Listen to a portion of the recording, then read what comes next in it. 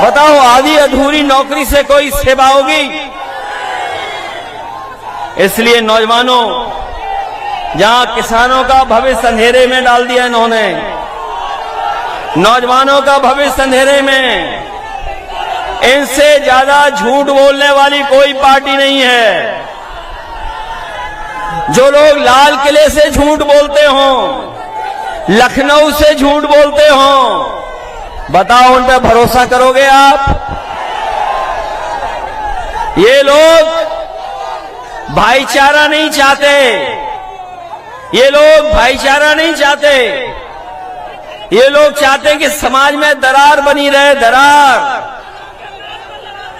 समाज में हिंदू मुस्लिम की दरार बन जाए, सिख ईसाई की दरार बन जाए, और जब कामयाब नहीं होते तो जातियों के बीच में दरार डालते हैं, जातियों के बीच में।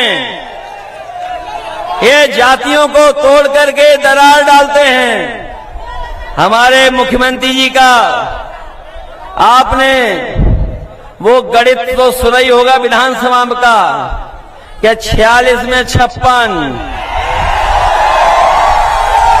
ये लोग वो हैं जो जातियों में दरार डालते हैं, धर्म के बीच में दरार डालते हैं। इसलिए आपको इनसे सावधान रहना पड़ेगा, इनसे सावधान इसलिए भी रहना पड़ेगा क्योंकि जहां हमारा किसान दुखी है, नौजवान का भविष्य अंधेरे में, वहीं जो सुविधाएं बुनकर भाइयों को मिलती थीं, जो बुनकर भाइयों को सुविधा मिलती थी, वो सुविधाएं छीन ली गई हैं।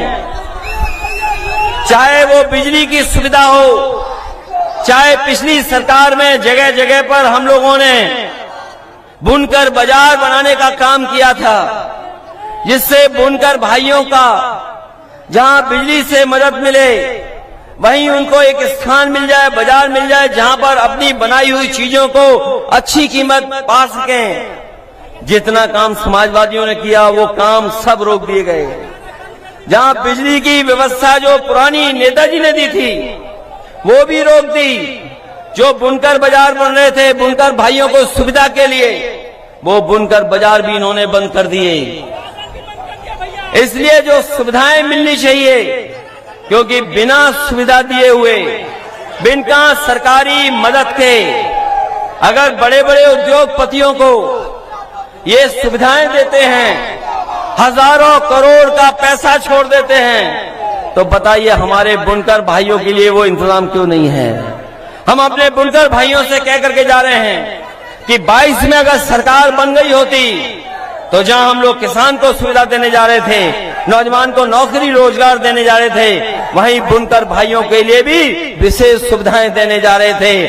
आने वाले समय में जब भी समाजवादियों को मौका मिलेगा, हम अपने बुनकर भाइयों के लिए विशेष सुविधा देने का काम करेंगे, जिससे उनके घर परिवार में भी खुशहाली आ सके। ये मैं देख रहा हूं, ओल्ड पेंशन स्कीम वाले लोग आए हैं। ये भी समाजवादियों का मुद्दा था। समाजवादियों की मदद करें, जितनी आप जल्दी मदद करेंगे ओपीएस उतना ही जल्दी लागू हो जाएगी। ये हमारे 69,000 वाले, जो लोग 69,000 शिक्षक भर्ती को समझते होंगे, वो जानते होंगे कि इतना बड़ा घोटाला नौकरी रोजगार और बाबा साहब के भीमराव अम्बेडकर जी का दिए हुए संविधान के तहत जो हमें अधिकार है उनसे खिलवाड़ हो रही है। लगातार इनके साथ भेदभाव हो रहा है। केवल 69,000 में भेदभाव नहीं है, जितनी भी सरकारी संस्थाएं हैं उन सब पर भेदभाव करने का काम कोई कर रहा है तो वो भारतीय जनता पार्टी के लोग कर रहे हैं। जो लोग कहते हैं कि हम लोगों ने भेदभाव किया है, वो बताएं जो संस्थाओं में बैठे लोग हैं, जो संस्थाएं आज बीजेपी के समय पर उनके पास पहुंच गई हैं, उन संस्थाओं में किन लोगों को बैठाया है? किनको बैठाया है उन संस्थाओं में? उन संस्थाओं में हमारे आपके लोग नहीं हैं। वो ऐसे लोग हैं जो हमारे आपके भविष्य को भी आगे नहीं बढ़ने देना चाहेंगे। इसलिए लड़ाई बड़ी है और ये लड़ाई केवल घोसी विधानसभा के संदेश की नहीं है, ये 24 के चुनाव के लिए भी संदेश है। इसलिए पहले तो ये कुछ वोटों से रह गए थे और कुछ वोटों से पीछे रह गए थे। पिछली बार चुनाव भी नहीं लड़ा पाए क्योंकि हमें बाहर से भी लोग लाने पड़े, बाहर से भी लोग लाने पड़े इस उम्मीद से कि सब मिल जाएंगे तो हम सरकार बना ले जाएंगे। लेकिन हमें नहीं पता था कि स्वार्थ के लिए कुछ लोग कुछ भी कर सकते हैं। जहां वो उन्हें दिखाई देगा कुछ स्वार्थ, उसी तरफ चले जाएंगे। सुधाकर सिंह जी मामूली वोटों से रह गए थे पिछली बार, वो भी बाई इलेक्शन था, लेकिन ये बाई इलेक्शन अलग तरह का है। सुधाकर सिंह के अलावा और साइकिल के अलावा कुछ दिखाई नहीं दे रहा है। केवल हम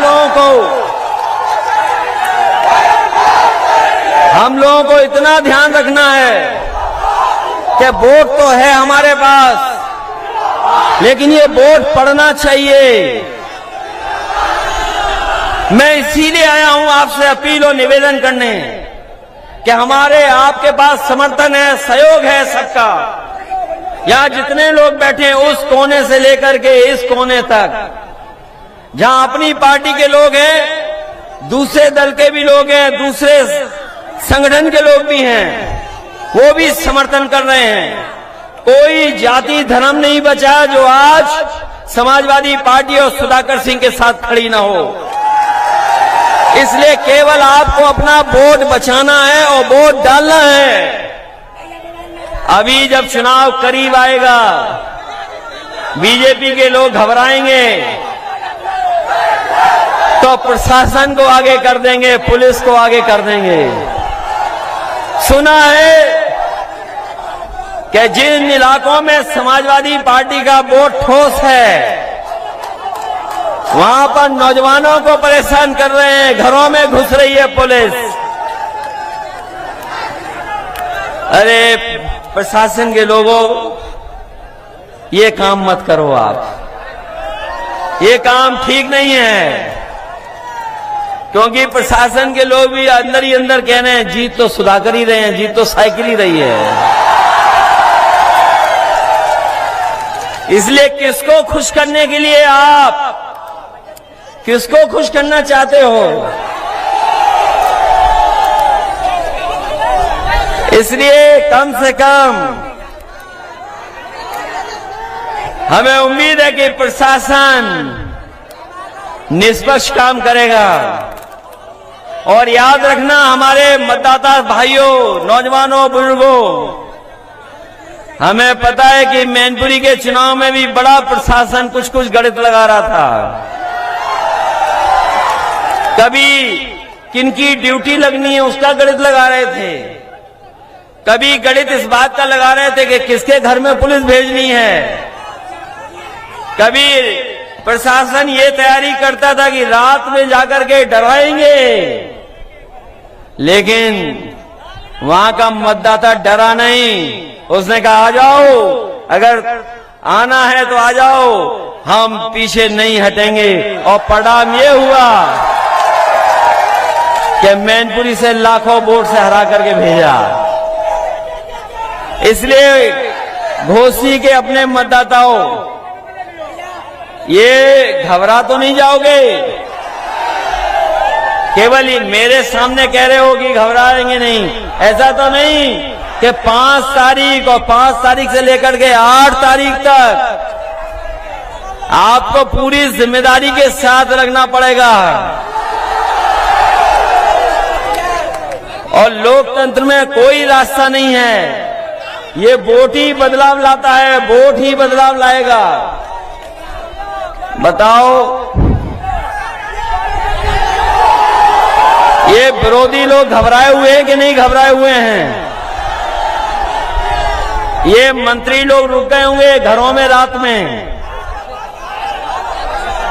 रुके हुए हैं क्या मंत्री लोग?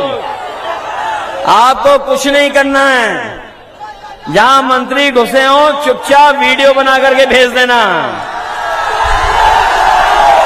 अगर मंत्री लोग रुकेंगे तो हम लोग भी रुकेंगे, हमारे नेता भी रुकेंगे। अगर मंत्री रुकेंगे तो हमारे नेता भी रुकेंगे। मंत्री छोड़ जाएंगे जिला तो हम लोग भी चले जाएंगे। इसलिए मैं जान रहा हूं बहुत जोश है यहां पर, बहुत उत्साह है, और ये वो जोश उत्साह ऐसा है कि जो ठंडा नहीं होने वाला है 5 तारीख तक। मैं जानता हूं जितना पसीना आपको आया है उससे ज्यादा हम लोगों को भी आ रहा है।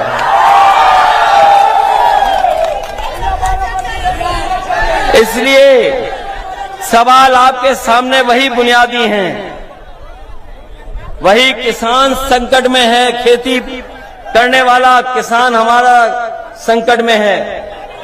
नौजवान के भविष्य के लिए कोई सरकार काम नहीं कर रही। एक भी अस्पताल ऐसा नहीं जहां पर गरीब का इलाज हो जाए, दवाई मिल जाए। एम्बुलेंस व्यवस्था भी खराब कर दी। जो हमारी 100 नंबर गाड़ी थी 112 कर करके वो भी खराब कर दी, उसमें भी कोई व्यवस्था बदली नहीं। और आज तो ऐसा माहौल है कि जहां पर हर वर्ग के लोग आपके समर्थन में जुड़ गए हैं। कोई जाति नहीं बची,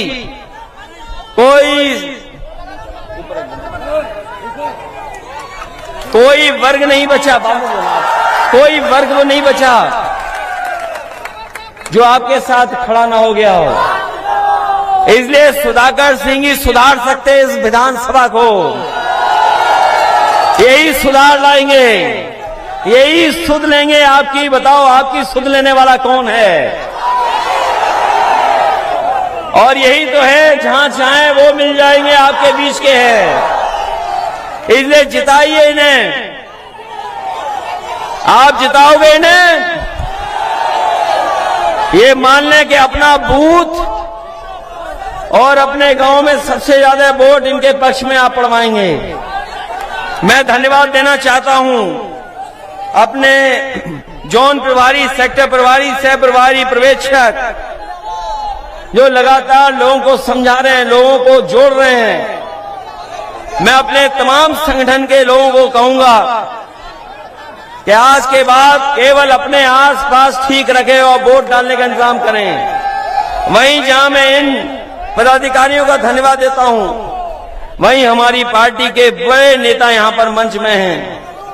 प्रदेश अध्यक्ष जी से लेकर के बलराम यादव जी, लालजी वर्मा, रामशरण राजभर जी, राजेंद्र कुमार जी, दयाराम पाल जी, मिठाईलाल भारती जी, ओम प्रकाश सिंह, चंदेव यादव, राजीव राय जी, काजल निषाद, डॉक्टर राजपाल कश्यप, रामासे विश्वकर्मा जी, अल्ताफ अंसारी जी, हाजी इरफान, राम जतन राजभर, कमलाकांत राजभर, बिचई सरोज, मनु अंसारी, महेंद्र चौहान, धर्म प्रकाश, दूधनाथ यादव जी, श्रीचंद, तिरवन दत्त जी, काशीनाथ जी, आलम बदी जी, नफीस, दुर्गा यादव, अमरेश चंद जी और हमारे तमाम समाजवादी पार्टी के सभी वरिष्ठ नेता जिनके मैं नाम नहीं ले पा रहा हूं, जो मऊ के हैं, इस विधानसभा के हैं, उन सबका मैं धन्यवाद और आभार प्रकट करना चाहता हूं। वहीं महिला संगठन से लेकर के बहुत सारे पदाधिकारी हैं, मैं उनका धन्यवाद देता हूं।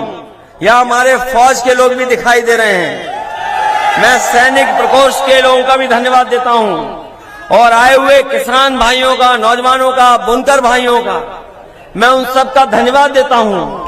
और आप सबसे इस उम्मीद और इस भरोसे के साथ कि 5 तारीख को घोसी विधानसभा का परिणाम समाजवादी पार्टी के पक्ष में होगा। आपको केवल अपना वोट डालना है, आसपास के लोगों को समझा करके मदद मांगनी है। जहां और दल के लोग हैं, जो हमारे कांग्रेस पार्टी के हैं, कम्युनिस्ट दल के लोग हैं, जहां पर महेंद्र राजभर जी हैं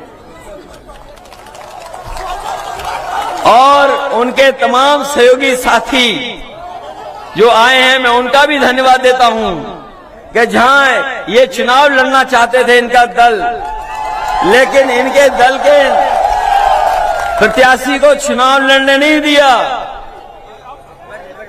उनका पर्चा भी नहीं भरने दिया।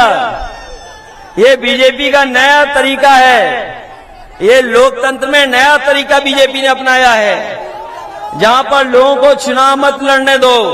याद रखना, अभी तो ये इन्हें रोक रहे हैं, अगर ये 24 में सरकार बना ले गए तो हो सकता है हम और आप भी भविष्य में कभी वोट न डाल पाएं।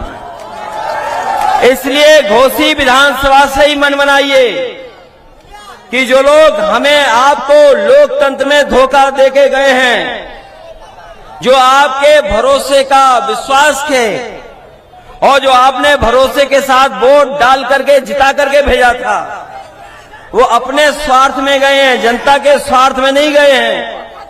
और अगर आपके स्वार्थ में गए होते तो 17 साल, 10 साल और लगभग 7 साल यूपी सरकार ने बताओ क्या विकास किया है। अगर कोई जनता को सुविधाएं दी हो इन्होंने तो बताइए आप।